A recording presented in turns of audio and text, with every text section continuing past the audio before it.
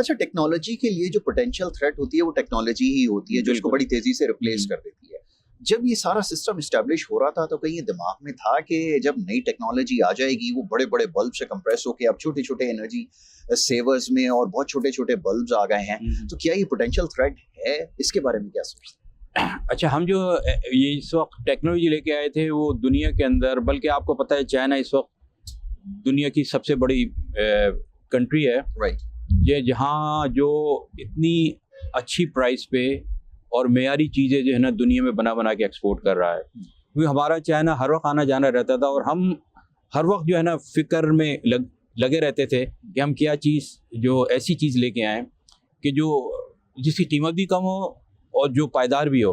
तो उस वक्त SMD टेक्नोलॉजी जो है ना आई थी नई जी। जो मदरबोर्ड पे जो चिपें लगी होती हैं वो टेक्नोलॉजी थी।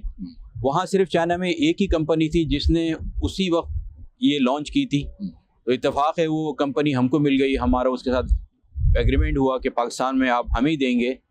तो हमने वो टेक्नोलॉजी यहाँ पे आना मुहैया की और हमें पता था ये चीज़ ऐसी है इसको 5 साल में कुछ नहीं होगा। अगर हम 5 साल की भी गारंटी देते तो वो चीज़ चलती।